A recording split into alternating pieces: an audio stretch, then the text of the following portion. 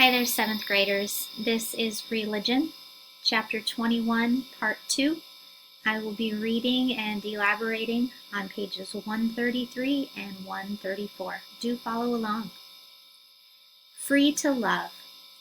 Jesus wants you to share His glory, His joy. The best response you can give is to love Him freely, not because you are afraid, or not because you have to, or because others do, but because He is so good and you really want to love Him. How can you tell if you really love Jesus?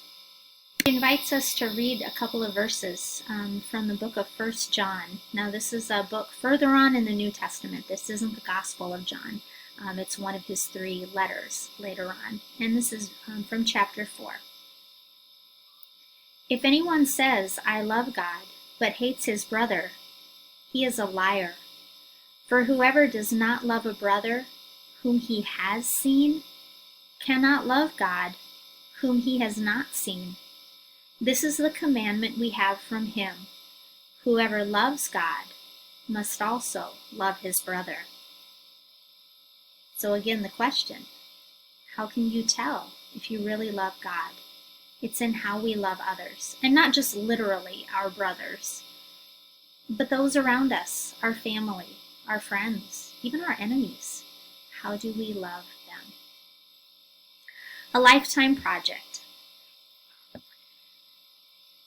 That He may grant you in accord with the riches of His glory, to be strengthened with power through His Spirit in the inner self.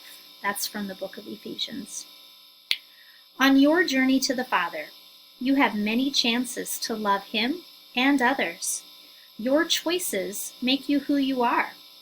How does that happen? Each time you choose to be honest, it is easier to be honest in the future. You are becoming a more honest person. On the other hand, each time you choose to be unkind, you make it easier to be unkind again.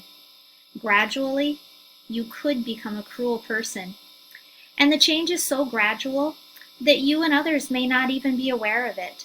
With every decision, however, you grow stronger or weaker in the Lord. As you respond to God's grace or reject it, you will set a pattern for your life. It's all about growing in virtue. It's all about growing in those habits. And all of those decisions, we either take steps closer to Jesus or steps further away from Jesus. But ultimately, He gives us free will. It's up to decide. It's up to us to decide.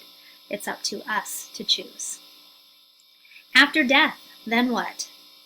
At the moment of death, you will see your hidden self and realize how much you have become like Jesus.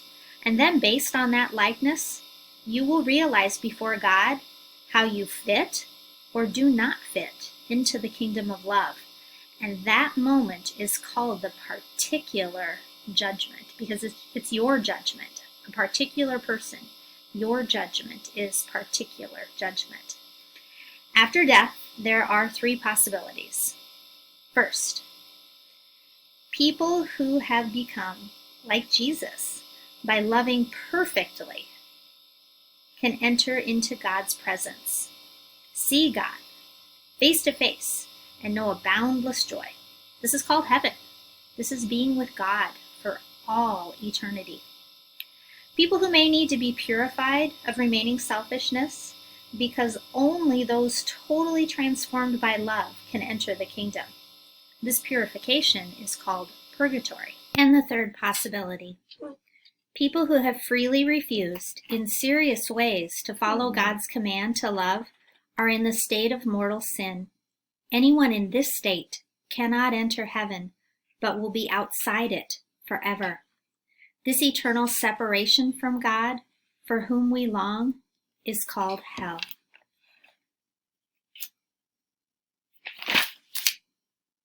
The end of the world. At the end of time, Jesus will return in glory to judge the living and the dead.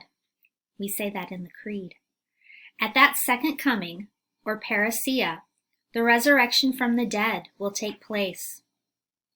God will reveal the plan of salvation in all its glory, the eternal destiny of the entire human race and of every person will be revealed in the last judgment.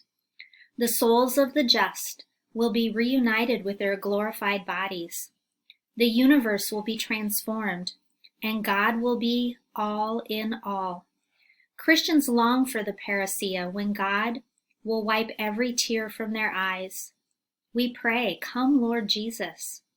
If you knew Christ would return next week, how would you live differently? The last things, can you answer these questions? And these are some review questions about what we've learned in this chapter. What will you learn about yourself from God at the moment of your death? What is the moment called when a person finds out about his or her eternal destiny? Describe the three alternatives for a person at the moment of death. What is the parousia and its purpose? And what is the last judgment? A thief enters heaven. Listen to a verse from Luke chapter 23. Now one of the criminals hanging there reviled Jesus, saying, "Are you not the Messiah? Save yourself and us." The other, however, rebuking him, said in reply, "Have you no fear of God? For you are subject to the same condemnation.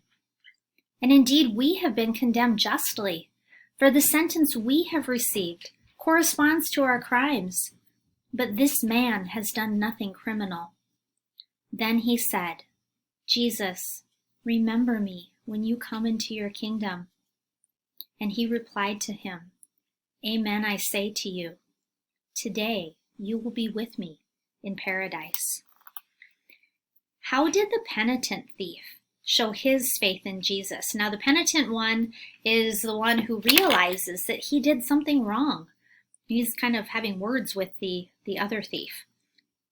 How does he show his faith? Well, he's defending Jesus from the criticism of the other thief. And what was Jesus' response to the penitent thief? Beautiful words that are for us as well.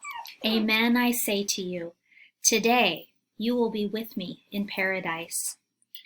No matter what the penitent thief had done in the past, Jesus welcomed him into the kingdom because the thief reached out in love.